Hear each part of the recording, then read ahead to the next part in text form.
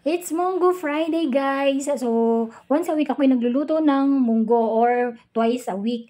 Tapos, pinakuluan ko na muna yung munggo bago iginisa. So, sa paggisa, mas masarap kasi kapag nilalagyan yun ng kamatis para mas malasa. Tapos, naglagay din ako dyan ng isang strip na cut na liempo. So, worth 100 pesos. Ayan, guys. So, mas malasa kasi ang ginisang munggo pagka may sahog na karne.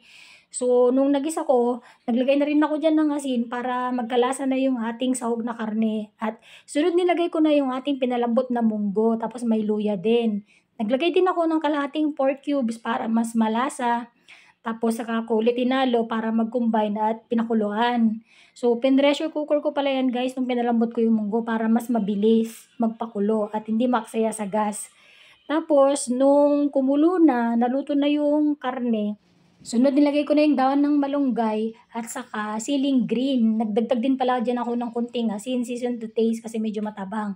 Tapos konting kulo na lang kasi mabilis nang maluto yung daon ng malunggay. Tapos ready to serve na yan, guys. So, ayan na, hinalo ko na lang siya. Ang sarap niyan, guys, as in bagong luto at may sahog din na karne. So, hindi na ako naglagay ng chicharon ngayon kasi may sahog na naman siya ng karne at ang sarap niyan kasi liempo pa.